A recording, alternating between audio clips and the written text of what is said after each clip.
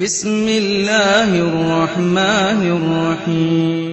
Michael H ഹാർട്ടിനോട് ചോദിക്കപ്പെട്ടു, എന്തേ നിങ്ങൾ മുഹമ്മദിനെ ഒന്നാമതായി എണ്ണി ലോകത്തെ ജനങ്ങളിലേക്ക് സ്വാധീനം ചെലുത്തിയിട്ടുള്ള അത്യുത്കൃഷ്ട വ്യക്തികളെ എണ്ണിയ ഘട്ടത്തിൽ ദ 100 എന്ന ഗ്രന്ഥത്തിൽ ഒന്നാമതായി മുഹമ്മദിനെ എന്തുകൊണ്ട് എഴുതി?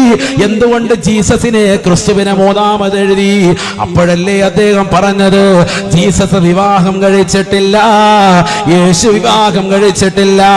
കുടുംബജീവിതം എങ്ങനെ കഴിക്കണമെന്നുള്ളത് വലിയതാകുന്ന ഒരു പാഠം, അത് മുഹമ്മദിൽ നിന്ന് ഉൾക്കൊള്ളുന്ന പാഠമാണ്. അത് ഞങ്ങളതാ ഉൾക്കൊണ്ടുപോയി. ഞാൻ നോക്കുമ്പോൾ മുഹമ്മദിനോളം കുടുംബജീവിതത്തിൽ മകുടോദാഹരണം കാണിച്ചതാകുന്ന ഒരു വ്യക്തി ലോകത്ത് ഒരാളുമില്ല. അതുകൊണ്ടാണ് ഞാൻ ഒന്നാം സ്ഥാനം ആർക്ക് കൊടുത്തത്?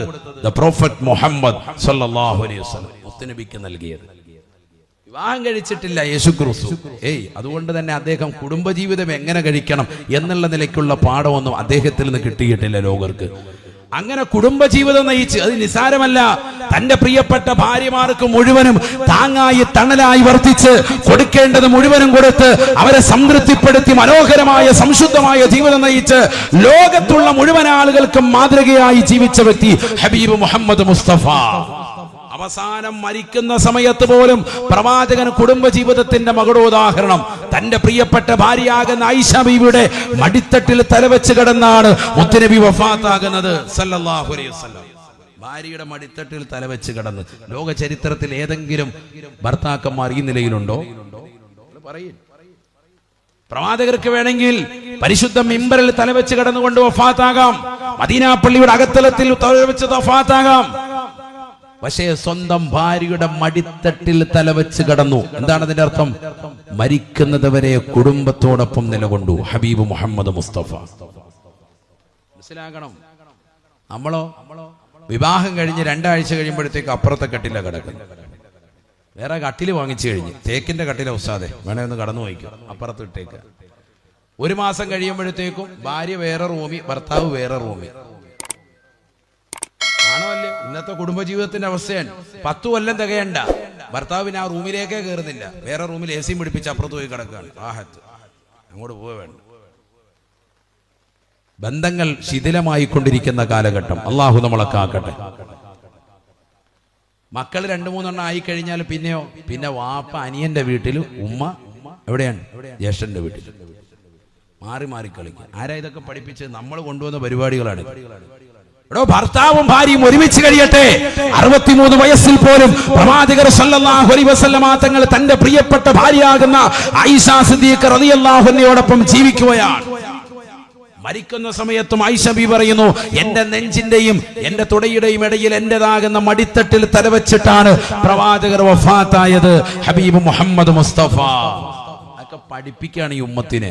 എവിടെ കിടക്കണം, എവിടെ ജീവിക്കണം, എങ്ങനെ ജീവിക്കണം, ഏത് രീതിയിൽ ജീവിക്കണം. അതുകൊണ്ടാണ് ആ ഭർത്താവിനെ കബറടക്കിയിട്ട് ഭാര്യയുടെ അടുക്കലേക്ക് സ്വഹാബത്ത് വന്നുകൊണ്ട് ചോദിച്ചു, കൈഫ കാന ഖുലുഖുഹു സല്ലല്ലാഹു അലൈഹി വസല്ലം, നബിയുടെ സ്വഭാവ മഹിമയെ കുറിച്ച് ഒന്ന് പറയുമോ ഉമ്മ? ഒന്ന് പറഞ്ഞാൽ മതി, ഒറ്റ വാക്ക്. അപ്പൊ അവര് പറയാണെന്ത്? കാന ഖുലുഖുഹു അൽ ഖുർആൻ, എന്റെ ഹബീബിന്റേതാകുന്ന സ്വഭാവം ഒറ്റ വാക്കും കൊണ്ട് ഞാൻ പറയുകയാണ്. കാന ഖുലുഖുഹു അൽ ഖുർആൻ, എന്റെ ഭർത്താവിന്റെ സ്വഭാവം ഖുർആനാണ്. ഖുർആൻ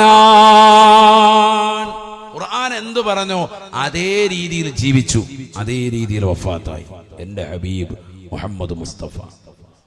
അള്ളാഹു നമുക്ക് തൗഫീഖ് തരട്ടെ.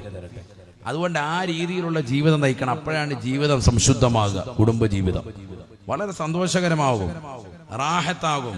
പരസ്പര സ്നേഹം പങ്കിട്ട് വിഷമങ്ങളും പ്രയാസങ്ങളും ഒക്കെ പരസ്പരം അറിഞ്ഞ് ഭർത്താവിനെ ഇടങ്ങേറാക്കാതെ അദ്ദേഹത്തിന്റെ ചെലവുകൾ ഒക്കെ മനസ്സിലാക്കി, വരവും ചെലവൊക്കെ മനസ്സിലാക്കിക്കൊണ്ട് തന്നെ ഭാര്യമാര് പെരുമാറി. കാണുന്ന എല്ലാ സൽക്കാരത്തിനും പുതിയത് വേണം. ഒച്ചപ്പാടും ബഹളവും, വീട്ടിലെപ്പോഴും പ്രശ്നങ്ങളും വഴക്കും അതൊന്നും ഉണ്ടാവാൻ പാടില്ല. നല്ല സ്നേഹം പങ്കിട്ടുകൊണ്ടിരിക്കണം. അപ്പോഴേ ജീവിതത്തിൽ റാഹത്തുണ്ടാവുള്ളൂ. പ്രവാസികളാകുന്ന ഭർത്താക്കന്മാർക്ക് വീട്ടിലേക്ക് വരാനും അപ്പോഴേ സന്തോഷം ഉണ്ടാവുള്ളൂ. ഭാര്യയുടെ ഇടപെടലിലൂടെയാണ്, കുടുംബത്തിന്റെ ഇടപെടലിലൂടെയാണ്. നാട്ടിൽ ജോലി ചെയ്യുന്ന ഭർത്താവ് വീട്ടിലേക്ക് വൈകിട്ട് പോകണമെന്നുള്ള ചിന്ത വരുന്നത് തന്റെ മക്കളോടുള്ള സ്നേഹവും ഭാര്യയോടുള്ള സ്നേഹവും അനുരാഗവും കൂടുമ്പോഴാണ്. അവിടെ പ്രശ്നങ്ങളാണെങ്കിൽ പോകാൻ പഠിക്കും, 10 മിനിറ്റ് കൂടെ കഴിഞ്ഞിട്ട് പോവുള്ളൂ. അത് പിന്നീട് വൈകിയിരിക്കുന്നതാകുന്ന വ്യക്തിയെ കണ്ടിട്ട് അവനെ കൂട്ടിക്കൊണ്ടുപോയി ബാറിൽ കൊണ്ടുപോകും, പിന്നെ അവിടെ ചെലവഴിക്കും, പിന്നെ ടെൻഷൻ അവിടെ തീരുമെന്ന് പറയാൻ കൂട്ടുകാരൻ. അങ്ങനെ മണിക്കൂറുകൾ അവിടെ ചെലവഴിച്ച് ലഹരിക്കടിമപ്പെടുന്ന യുഗത്തിലേക്ക് ഇന്നത്തെ മാതാപിതാക്കൾ, ഇന്നത്തെ രക്ഷിതാക്കളിൽ ഭൂരിഭാഗവും പോയില്ലേ? അള്ളാഹു നമ്മളെ കാത്തു സംരക്ഷിക്കട്ടെ. അതുകൊണ്ട് സുഖവും രസാനുഭൂതികളും ഒക്കെ നമ്മുടെ വീടുകളിൽ തന്നെയുണ്ട്. സന്തോഷകരമാകുന്ന ജീവിതം നയിക്കാൻ നമുക്ക് സാധ്യമാകണം. അതിന് പ്രവാചകരുടെ ജീവിതത്തിലേക്ക് നാം കടന്നു വരണം. പ്രവാചകരുടെ സംശുദ്ധമായ ജീവിതം അത് പഠിക്കണം സഹോദരങ്ങളെ, അപ്പോഴേ നമ്മുടെ ജീവിതത്തിൽ അത് ഉണ്ടാവുകയുള്ളൂ. അള്ളാഹു തൗഫീഖ് നൽകട്ടെ, അള്ളാഹു തൗഫീഖ് നൽകട്ടെ. നബി സല്ലല്ലാഹു അലൈഹി വസല്ലം തങ്ങൾ ഇഷ്ടം വെച്ചതിനെ നാം പ്രിയം വെക്കണം. തയ്യൽക്കാരനാകുന്ന ഒരു സഹാബി മുത്തുനബി സല്ലല്ലാഹു അലൈഹി വസല്ലം തങ്ങളെ സൽക്കരിച്ചു. ഹദീസിലുള്ള സംഭവമാണ്. അനസ് റളിയല്ലാഹു അൻഹു പറയുന്നു, ആ സൽക്കാരത്തിൽ ഞാൻ പ്രവാചകരെ നിരീക്ഷിച്ചു. നോക്കിയപ്പോൾ നബി സല്ലല്ലാഹു അലൈഹി വസല്ലം തങ്ങൾ മാംസത്തെക്കാൾ കൂടുതൽ ഇഷ്ടം വെക്കുന്നതും കൂടുതൽ കഴിക്കുന്നതും കണ്ടത് ചുരങ്ങയാണ്. ചുരങ്ങാന്നല്ല നമ്മളിവിടെ പറയാം, തെക്ക് ഭാഗത്ത് ചുരക്കാന്നാണ് പറയാം. ചുരങ്ങ അല്ലേ, ആ നീണ്ടിട്ടുള്ള പച്ചക്കറി, അതാണ് പ്രവാചകർ സല്ലല്ലാഹു അലൈഹി വസല്ലം തങ്ങൾക്ക് ഭയങ്കര ഇഷ്ടം. നബി സല്ലല്ലാഹു അലൈഹി വസല്ലം തങ്ങൾ അത് കൂടുതലായി കഴിക്കുന്നത് ഞാൻ കണ്ടു. പിന്നീട് എൻ്റെ ജീവിതത്തിൽ എനിക്ക് അല്പം സ്വല്പം വെറുപ്പുള്ള ഒരു ഭക്ഷണമായിരുന്നു ഈ ചുരങ്ങ. അനസ് റളിയല്ലാഹു അൻഹു പറയുന്നു, വലിയ ഇഷ്ടമൊന്നുമല്ല, പക്ഷെ നബി ഇഷ്ടം വെച്ചത് കണ്ടപ്പോൾ ഞാനതിനെ പ്രിയം വെച്ചു. പിന്നീട് ഞാൻ എപ്പോ പച്ചക്കറി വാങ്ങിയാലും കടയിൽ നിന്ന് വാങ്ങുമ്പോഴും എന്തുകൂടി ഉൾപ്പെടുത്തും? ചുരങ്ങ കൂടി വാങ്ങും, ബറക്കത്തിന് അതുകൂടി കറിയിലിട്ട് കഴിക്കും. അതിലൊരു ഖൈറുണ്ടെന്ന് ഞാൻ മനസ്സിലാക്കി. ആര് പറഞ്ഞു? സയ്യിദുനാ അനസ് റളിയല്ലാഹു അൻഹു. അല്ലാഹു തൗഫീഖ് തരട്ടെ, അല്ലാഹു തൗഫീഖ് തരട്ടെ. ഇപ്പൊ നാളെ മുതൽ ഉസാമാർ അടിപ്പാത്രത്തിൽ ചുരങ്ങ കൊണ്ട് കറിയായിരിക്കും. ആദ്യത്തെ താൾ തുറക്കുമ്പോൾ ചുരങ്ങയുടെ അച്ചാർ, രണ്ടാമത്തെ ചുരങ്ങയുടെ തോരൻ, മൂന്നാമത്തെ ചുരങ്ങയുടെ ചാറ്, നാലാമത്തേന് നമ്മുടെ നമ്പർ എടുത്ത് വിളിക്കും, ഹയവാ മുസ്ലിം വഴിക്ക് വരരുത്. അള്ളാഹു നമ്മളെ സാലിഹ്യങ്ങൾ ചേർക്കട്ടെ. ചുരങ്ങയ്ക്കകത്ത് എന്തും ഉണ്ടായിരുന്നു നബിയുടെ കറിയിൽ? ഇറച്ചി ഉണ്ടായിരുന്നു കേട്ടോ. അള്ളാഹു ബർക്കത്ത് ചെയ്യട്ടെ. നമ്മൾ സാധാരണ ഇറച്ചിക്കറി വെക്കുമ്പോ എന്തിടും ഹക്കീം സാഹിബേ? കിഴങ്ങിടും. കിഴങ്ങ് ഇടത്തില്ലേ? ഉരുളക്കിഴങ്ങ്. അതെങ്ങനെ ഇടുക? പഴയ കാലത്ത് എങ്ങനെ ഇടുന്ന? 2 കിലോ ആട്ടിറച്ചിക്ക് 8 കിലോ കിഴങ്ങ്, അങ്ങനെ കണക്ക്. അങ്ങനെയല്ലായിരുന്നു? അങ്ങനെ ഒരു കാലമുണ്ട്. കറിക്ക് കൊഴുപ്പ് കൂട്ടാൻ വേണ്ടിയിട്ടാണത്. കറിക്ക് നല്ല സ്വാദിഷ്ടമാക്കാൻ വേണ്ടി ഒരു കൊഴുപ്പുണ്ടാവും. അതിന് നല്ലൊരു സാധനമാണ് ഈ സംഭവം, ചുരങ്ങ.